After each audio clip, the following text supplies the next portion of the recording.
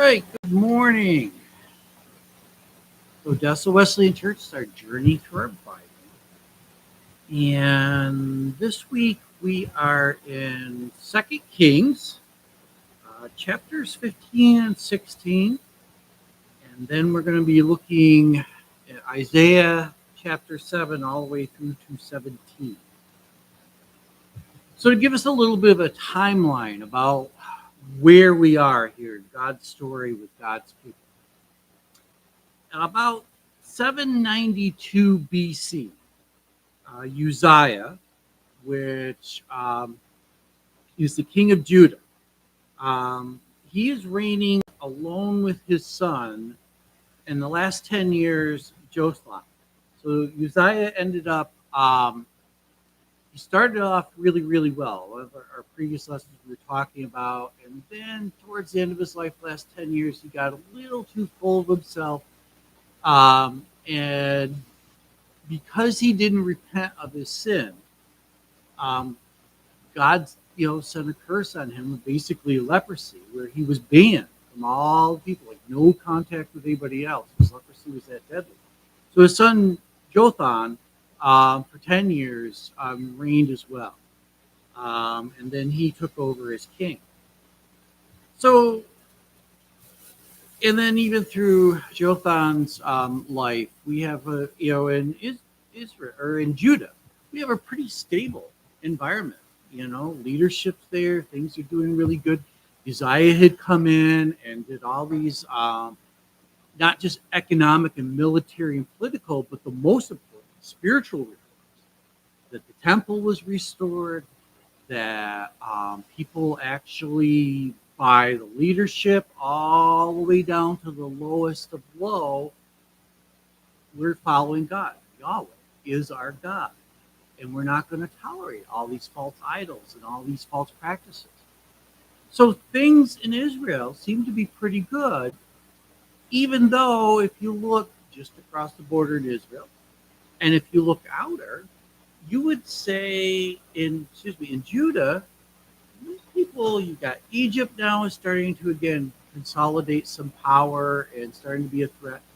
You have these groups that used to be nomadic tribes, the Arabs, which are the early ancestors of what eventually in about 2,000 years becomes the Ottoman Empire.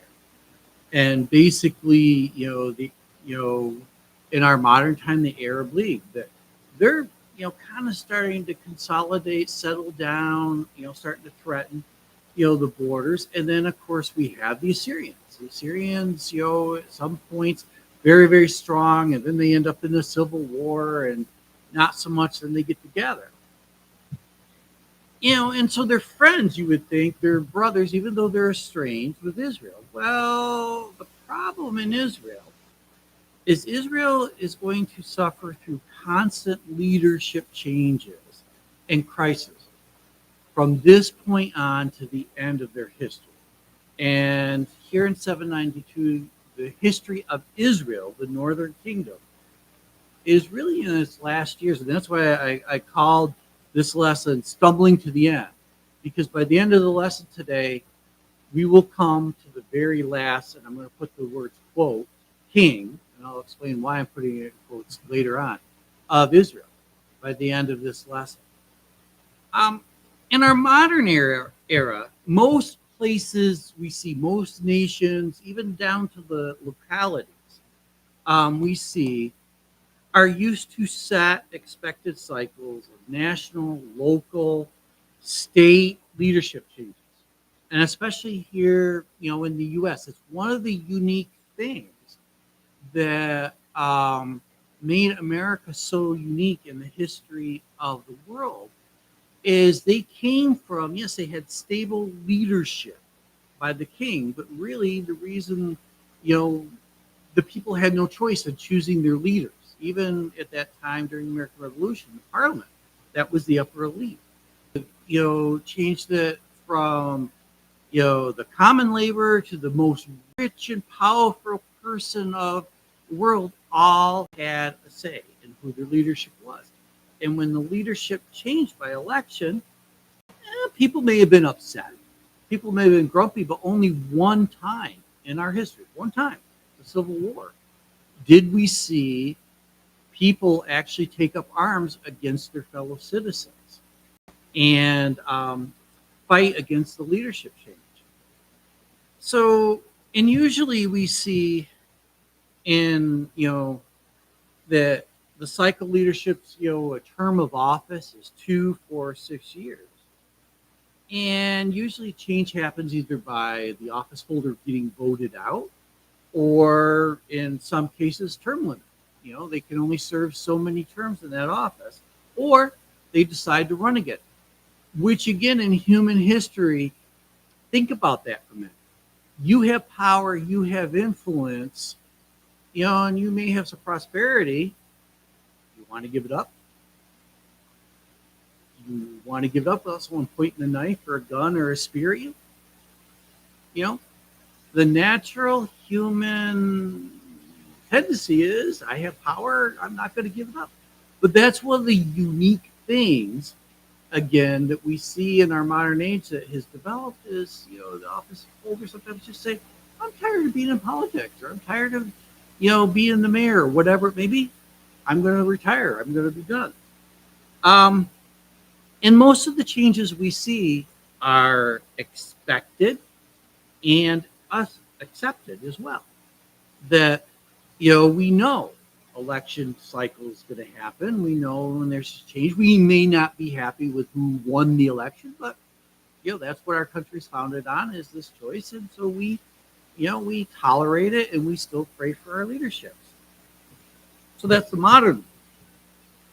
That's not true in the ancient world, and I don't even know if I want to use that term ancient world because again, this concept that I just talked about is barely 250 years old. You don't see this until America's really established after our Revolutionary War.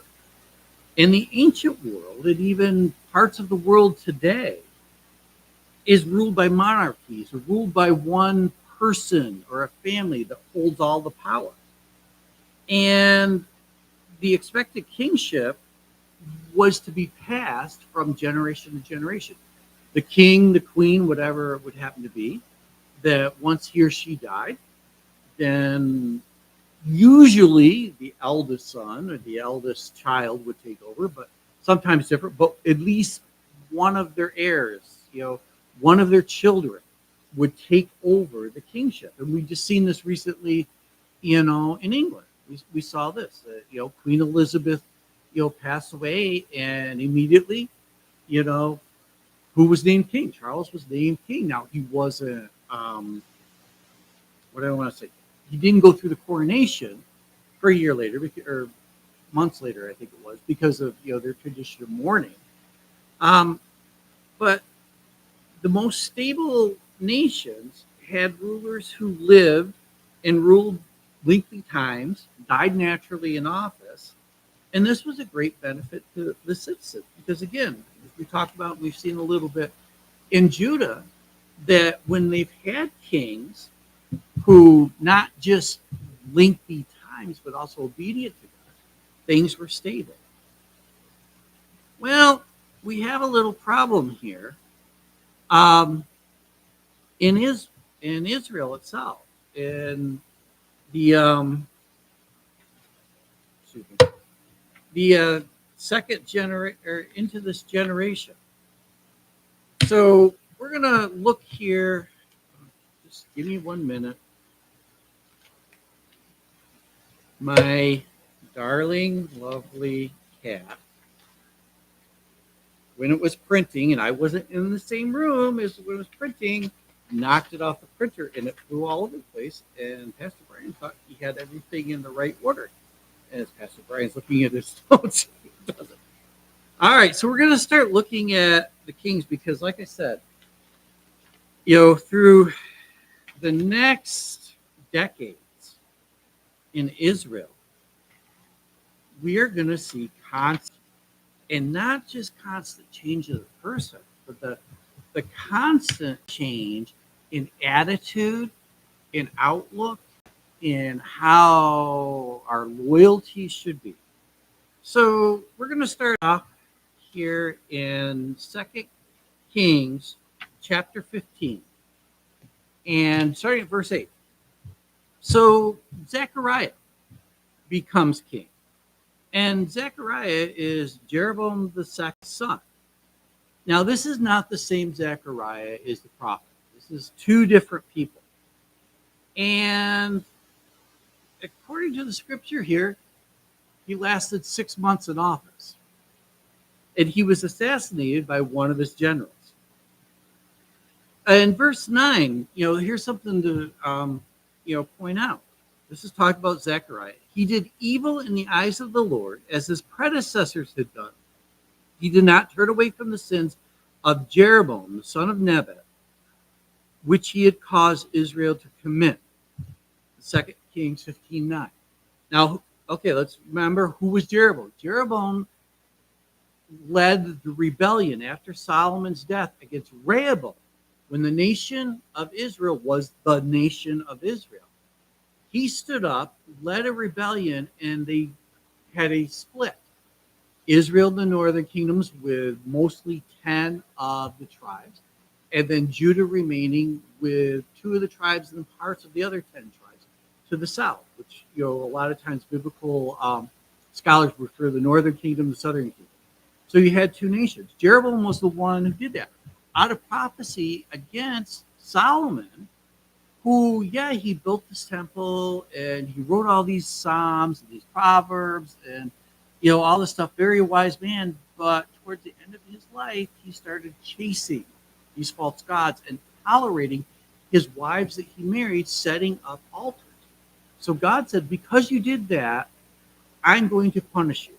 But because of the faithfulness of your father and the promise that I gave him, your sons will hold a part of the people, part of the land, but somebody else. Basically, what Rehoboam was kind of a, I would almost say, let's say, like a union leader or something like that. He was a labor guy. He wasn't, a general. He wasn't an aristocrat. He wasn't a politician or anything like that. Rich guy. He just was kind of a troublemaker, and again, kind of messed around with the tribal disparities.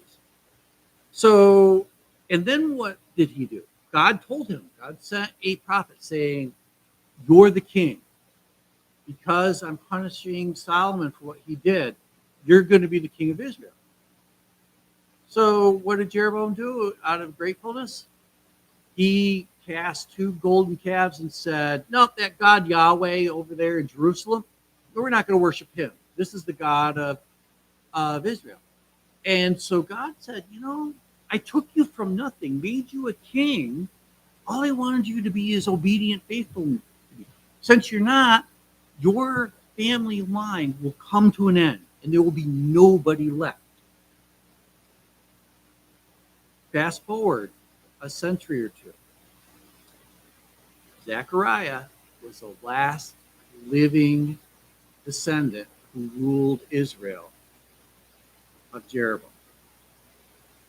And it wasn't, we could say in our modern time, well, God's punishing, the children for the sins of their father. No, God's punishing the children because they continue the sins of their fathers.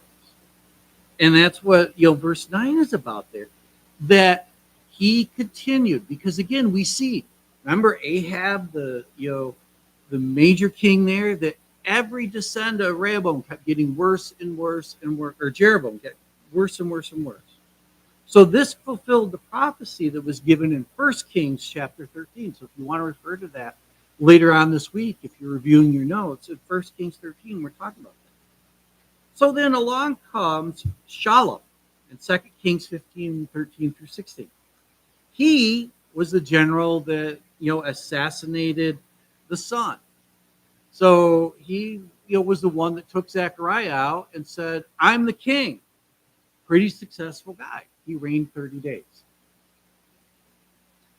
A civil war started because Shallum was one of the generals, one of the advisors of Jeroboam II, saying, these Assyrians, you know, we need to kind of change our attitude because, they're pretty, they want to kill us. They want to annihilate us. If we get along with our brothers down in Judah, if maybe we kind of convince, the Egyptians that, we're their friends, we can go after these Assyrians.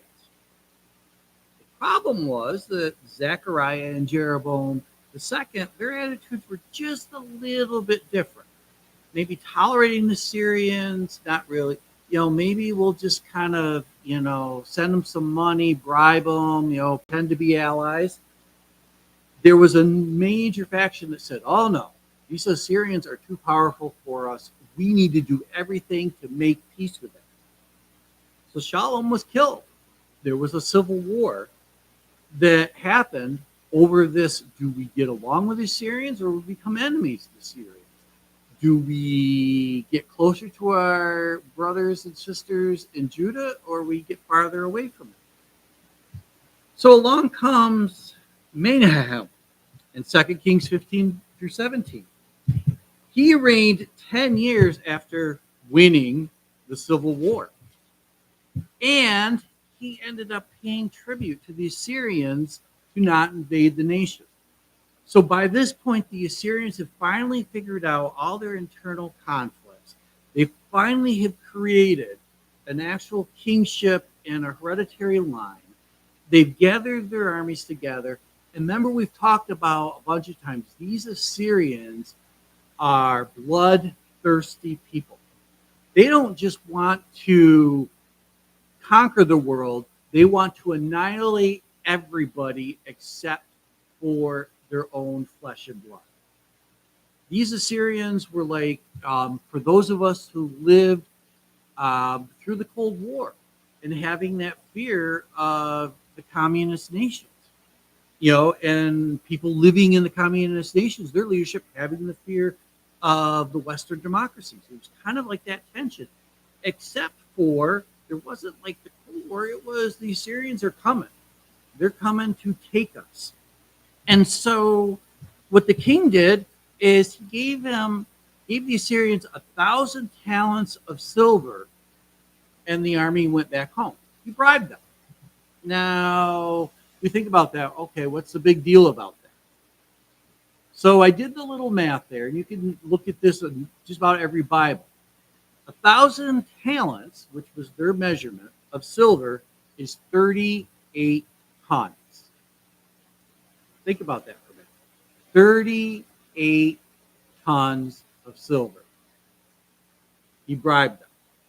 You know what the modern day value of that is? As of, let's see, when did I write this? Wednesday. As of Wednesday morning around 9:30, the value of that 38 tons of silver, $655 million US. Think about that for a minute. Even in our modern world, that's a lot of money. Where did the money come from? Raise your hand. The citizens.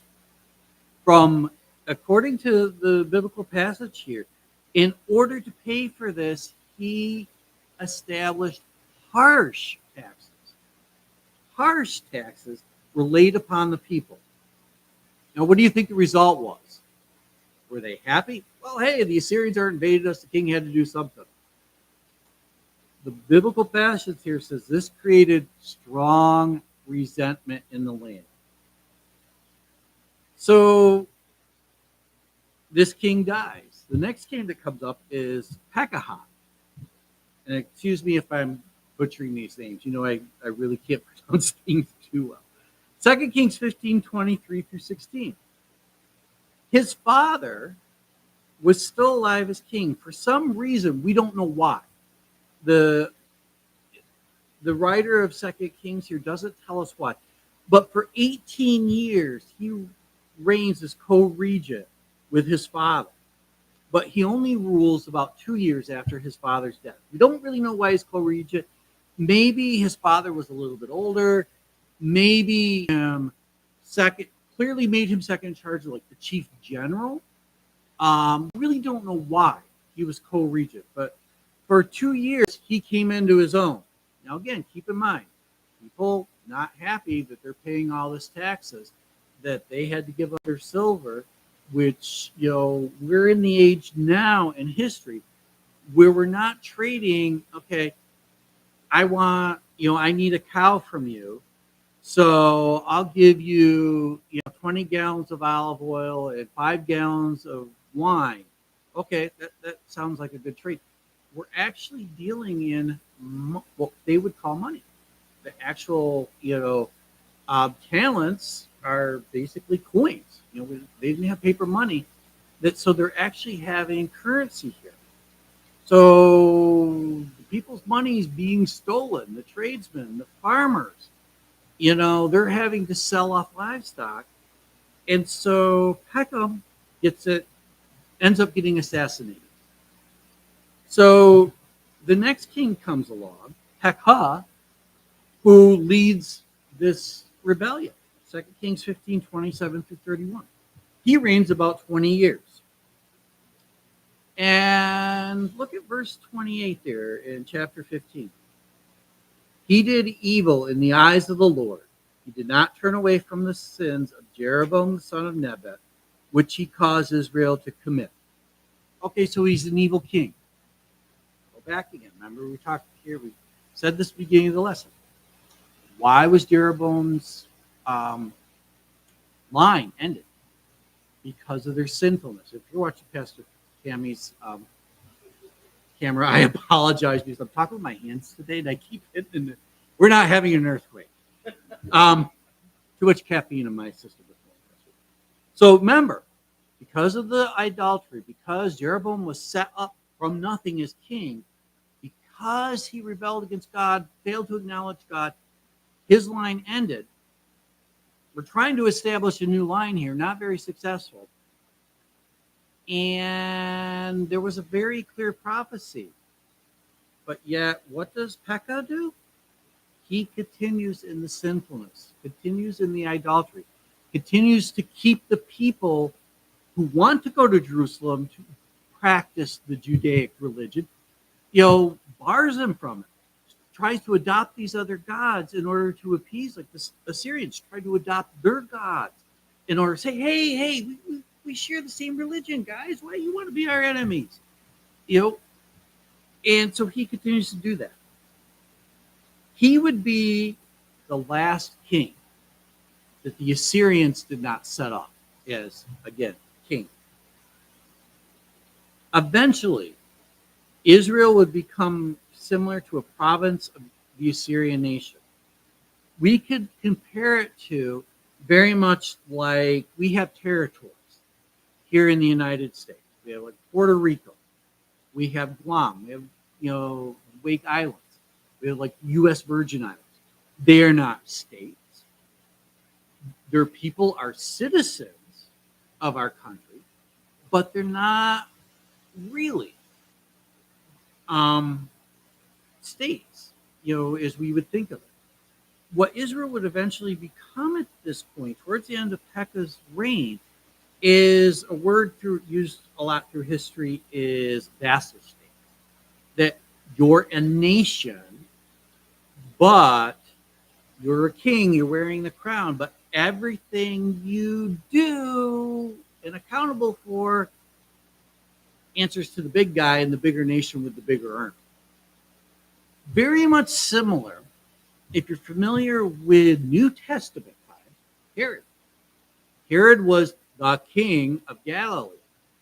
Basically, Herod and his sons were only kings by the will of the Caesar, the emperor of the Roman Empire. That they were a province, yes, but they really didn't have any power. They collected some taxes, but everything was done by Rome. And if they fell out of favor with Rome, they were out of office. Very much this is what's going to happen in Israel. That because they keep trying to appease the Assyrians, eventually, in order for peace, in order for their blood not to be spilled, they give up their freedom, they give up their identity. Sure, they're Israel, but they're, in the eyes of the rest of the world of that time, they're just a state, they're just a territory. They're not an independent. So this is the last king that the Assyrians, before the Assyrians actually established. So let's go back now to the Bible comes back to Judah. And we come to Ahaz. So Ahaz reigned 16 years after his father's death. And we had these two kings, Uzziah and his son, who created this great spiritual reformation in Israel and said, in Judah, we are the people of God. Yahweh, He is our God. He brought us, again, you hear this almost like the Pledge of Allegiance would be in our country. But this thing that even now, modern Jews will, especially the Orthodox Jews, will repeat this. You were the son of a nomadic shepherd, and God chose you, and I'm paraphrasing this. I don't have the exact translation. God chose you out of a foreign land who were serving foreign gods. Talk about Abraham. And then God brought you to the land of Israel and Judah, the promised land, and established your father, your ancestor, as a father of many nations. Remember that covenant that God made with Abraham. And even when they left the land during the famine, they became slaves, there was still that promise. Joseph believed so much in that promise that the people would return them, that he said to his brothers, when I die, bring my body and bury me in the land of my fathers. And remember, I pointed that out and I said it was kind of important. These little tiny details that these writers put in, that God inspires them to put in, that sometimes we gloss over. When that night of the Passover, when the Egyptians said, enough, you have defeated us, you're God, get out of our land, you're cursing us because we don't want to die. All the things they went through. It says they carried Joseph's bones with them. That they got his casket wherever it was, and they carried it with them into the promised land. So you have these people. You have King Uzziah. You have a son who say to the people, we need to get back to who we are, who God made us. His grandson comes along, Ahaz. And in 2 Kings 16, 1 through 4. He reigned 16 years after his father's death. He turns greatly away from God and the way of his ancestors. How greatly? He takes his son and sacrifices his son to the false gods. Is this a new practice? No. That before the Israelites crossed the river Jordan, through Moses, God said very clearly, do not follow the practices of Moloch. What was the practice of Moloch? That you would take your son and you would do one of two things. The tradition happened, actually, archaeologists have found this. If you were to build a house, you would take the next infant born when the house was finished and seal it in the walls as a blessing to your God. If you needed something major from the God, you would take one of your children and burn them in your sacred place to appease the God. The idea was that this child would then go and say, again, because children are the greatest, I don't want to use this word commodity, but I'm going to use it. Children are the greatest thing because, again, people want their name to continue, right? They want the line to continue. So if one of your children dies, who's going to take care of you in your old age? Who's going to continue the family business? So the idea was that, well, I love this God so much and I want so much from this God that if I give him one of my sons, God said, don't do that. That was just disgusting. And he not only did that, but he actually worshiped these false gods. Not one God, all these gods, the gods of the Assyrians, the gods of the Edomites, all these gods around them. The guy just couldn't pick just one god. He actually, imagine, the king and all of his entourage didn't sneak around at night. The king and all of his entourage shows up and they do whatever worship practices to this god and this god and this god. So what happened to him? Well, he's attacked by the Armenians, the Edomites, and Israel. Remember one of the edicts that we talked about when these two nations split. God told Jeroboam and God told Rehoboam, the two kings, very clearly, do not fight against your brothers. Even though you're now two separate nations, do not ever, ever, ever, never, ever go to war against the other. Remember what we just talked about? Who's controlling the Israel? Who's controlling the northern kingdom now? The Israelis or the Assyrians? The Assyrians. The Armenians, which are developing out in what we would call today, west of Israel, the Saudi Arabia and that area, the Armenians, and some from Turkey. The Edomites, who were descendants of Esau, whose brother Jacob his name was changed to what? Israel, who Jacob, parentheses, Israel, and his brother, their father was Isaac, and his father was Abraham, who was told by God that he would be the father of many nations. The Edomites, the northern kingdom, the southern kingdom, are relatives. They're brothers. And when Israel came in across the promised land, they had mercy against these people. They took over their land, but they didn't annihilate them like the other ones. Even David, even when they fought David, didn't, outlaw them, didn't, fight against them unless they attacked him. So the Assyrians are using their vassal state of Israel, their vassal state, or their people of the Armenians and the Edomites. They're using all these people of control to go against Judah. And so Ahaz becomes a vassal king as well under Assyria. That we talk about here, that what happened is we start to see the Assyrians doing what they like to do. They started kind of being nice, I guess, when they conquered people, but they would change a little bit. That we see here that they came in, and it says here in verses 5 through 9, that they deported people to Assyria.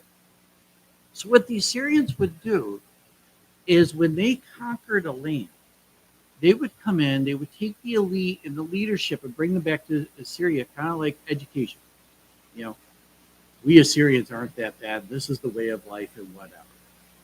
What would eventually happen is the Assyrians, realized that was causing internal, because let's say you take 1,000 people from country A and 10,000 people from country B. And all these people, what do they have in common? We were conquered by the Assyrians, and now we're living in Assyria. That's where a lot of the internal civil war of the Assyrians, where they would start to rise up, and all of a sudden they'd kind of scatter and fall apart because they were bringing all these people in. So then new leadership came in eventually during this time, Assyria, and they said, you know what? Heck with that plan. Our God obviously allowed us to conquer that land. Everybody out, they emptied the land, and they would bring another people group in and be told, live in those houses, live in those cities, harvest those fields, appease the God of that land. And so those people, um, those people would then take some of their own religion, some of the Syrian stuff they had, and they would adopt the practices. Because again, the mindset was of not necessarily of multiple gods controlling certain geographical areas, not the mindset of Judo Christianity, where it says one God controls the world, is the only God. Okay, so you would go into country B, find out what God's there, and you'd still kind of worship your gods, but then you'd worship that God. So that started to happen in the capital city of Israel, called Samaria. What eventually happened is people would be called Samaritans. They would investigate the culture of Judaism, the worship of the Judaic God, but adopt some of their own cultural lifestyle, some of their own religious and theological beliefs. Now, we're going to go way, way, way, way, way in the future. Fast forward to Jesus' time. Why did the Jews despise the Samaritans? We're the true children of God. You guys are half-breeds. You guys, yeah, you say you worship our God, but then you don't do this, you don't do that. You don't come to Jerusalem to worship, you go up on the mountain. Does that phrase sound familiar? Pastor Kevin said that in a message a few weeks ago. The woman at the well talking to Jesus. Our father, Abraham, you Jews' father, we go to worship the God in this mountain. You Jews say we have to go to Jerusalem. These are descendants of those people brought in to the land. So, you have Ahaz, the king of Judah in the southern kingdom. He's seeing what's going on in Israel at this time. He's seeing the threat of Assyria. He's trying to get his friends to the south, the Egyptians, to help. But what happens? Egypt goes through another civil war. Egypt fights a battle against the Assyrians and gets their tushes kicked. Egypt says, yes, we'll take your money, we'll take your trade, and then turns their back on their friends. Because again, cultural, even though this is thousands of years later, why should we help our former slaves that, their God nearly annihilated our nation? Yeah, we'll make it look good. They deserve what they get. So what does Ahaz do? Does he turn to the true God and say, those people over there? Because again, remember, we're going to get to the prophet here in a few minutes. We still have the prophets. We still have the faithful people. We still have probably faithful priests. Be obedient and loving to God, Yahweh only, or else your nations would fall apart. The Israels went whole hog into chasing other gods, ignoring Yahweh, and what happens? They have a king, kind of, by the grace of the Assyrians. Their people are getting moved out of the land. Foreigners are coming in. They're falling apart. They're under constant threat, constant taxation. What do you think the king in Judah, the southern kingdom citizen should say.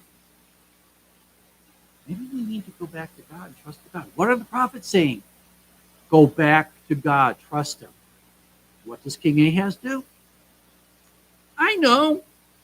I'm going to pay tribute to the Assyrians. Worked out well for the Israelites, or for the northern kingdom, didn't it? And then he goes and visits the capital of Assyria and sees this great temple to their God and this great altar. He sketches it. He comes back. He takes the high priest, not of this false god, the high priest of the temple, the high priest of Judaism, and says, make this altar and put it in the temple. And we're going to worship this God. And what happens? We'll see what happens. So, in the meantime, while this is going on, we have the prophet Isaiah. So we're going to turn to Isaiah 7. Twice, Ahaz has been told clearly by Isaiah, because Isaiah, again, had a great relationship with Uzziah and his son, and now the grandson, Ahaz. So it wasn't like Isaiah just, popped up. Like how, the term is when we talked about Elijah. We really don't know Elijah, anything other than all of a sudden one day he's, condemning Ahab for his actions. Same thing, John the Baptist. We know his beginning story, but all of a sudden John the Baptist just starts preaching against the sins of Herod, the sins of the people. Isaiah at this point has been ministering, been proclaiming the word of God for decades. And people listen to him. So God says to Isaiah, or to Ahaz in 1-17, don't trust Egypt. Don't try to appease the Assyrians, the Armenians, the Edomites, or anybody else. Trust me. If you trust me, I will keep you safe. If you have the people turn back to me, I will keep you safe. But because you are cursing me, because you are leading the people in disobedience, I will punish you. See, we need to get beyond this mindset, again, of this God that sits up in heaven with this big white beard and this flowing robe and this lightning bolt in his hand, is looking for human beings to mess up 1 second so he can strike. But we also need to get out of this mindset of this nice, loving, kind grandfather says, oh, well, I set up the 10 Commandments, but, they are kind of hard. And you tried, and that's okay. Here's a piece of candy. You're not all that bad. We need to come back to the true vision of God, as God said very clearly, I love you. I want a relationship with you. I've created you. Love me back. Serve me and obey me. But it's your choice. Your choice has ramifications. If you fail to love me, fail to obey me, if you turn your back and forsake me, I will forsake you. And that is what Isaiah is saying, not just to the people, but to the king. You need to return to me, because you see what's going on over here in the world, just across your border. This is about to happen to you. Not because I hate you, but because you fail to acknowledge me. And that's said also in chapter 8. That the reason why it seems to them that God is rejecting them is because they rejected God. See, they were seeking answers from dead, deaf, mute, false gods instead of the living God. I mean, everything that God said, for thousands of years, go back again to the Garden of Eden, Adam and Eve. The same God that walked and talked with them is the same God.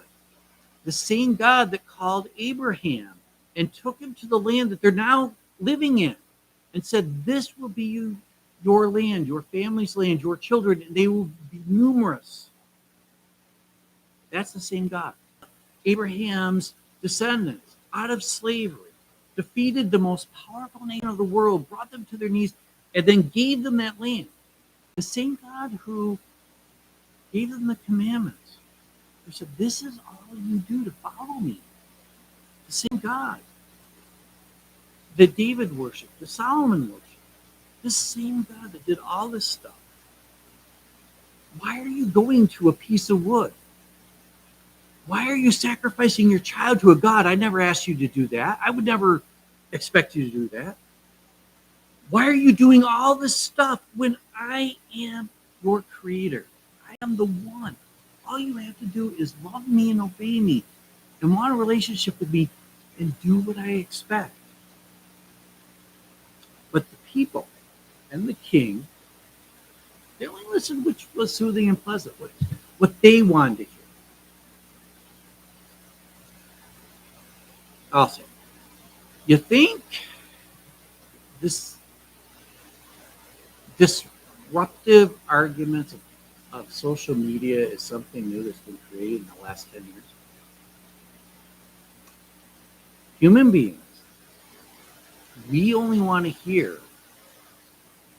what justifies our actions. And it's very hard for us to admit that we're wrong. See, the people of Judah and the king were saying we're prosperous because of us.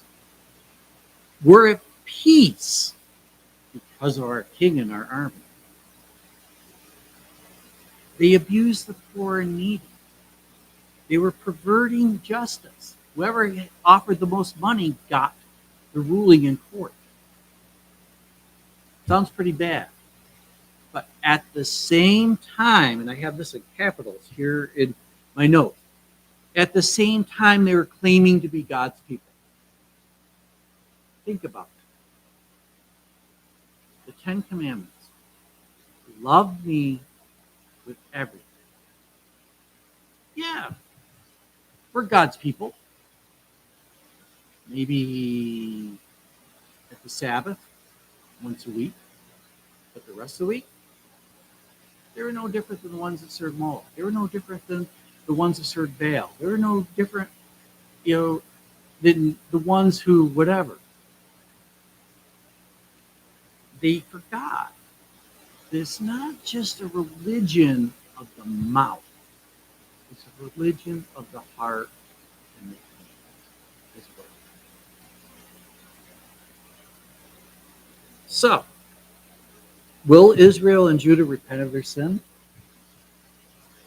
Will God hold his punishment from occurring? Will the words of the prophets come true? Will Israel and Judah survive the onslaught of Assyria? Well, in the coming weeks, we're going to answer these questions again. But for today, the answer to all those questions is no. And again, the reason why I so emphasize this is everybody who's listening, whether you're in this room or online, understand this. The expectations were clearly spoken and written out. Not something new in Ahaz's reign. Isaiah all of a sudden, oh, by the way, God forgot to tell you the last 1,000 years, you need to do this. From the very beginning, in the Garden of Eden, love me and obey me. And I will walk with you and talk with you. And people continually, over and over and over and over, fail to do. So, in a way, even though God says this, maybe in my modern English American mindset, maybe it's not so much that God's punishing them for the failure.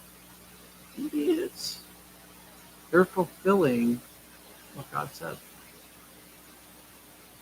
That God says very clearly the rewards, the benefits. We've talked about this covenant for so long, throughout this. This is one of the key things all the way through the Bible.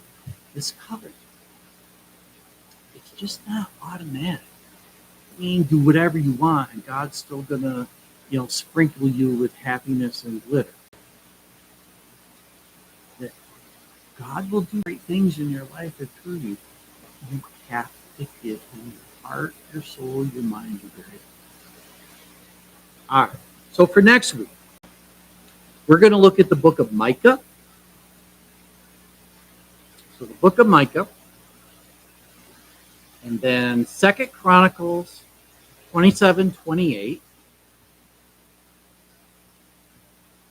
And we're going to continue in 2 Kings 17 and Isaiah 28. So Micah, 2 Chronicles 27 through 28, 2 Kings 17, and Isaiah 28. And yeah, I'm going to post a link in the comments later on today of an article I stumbled across that's very relevant to kind of the time period and how modern archaeology has kind of confirmed some things in the Bible that was just in the news this week. So I will post that link to you. All right, let's close it prayer. God, we love you. And we're so awed and humbled that you love us, even when we don't love you back. God, teach us to love you. Teach us to follow you. Because we so want to have that relationship with you. And whatever you ask of us, we will do. In your name. You guys have a good week.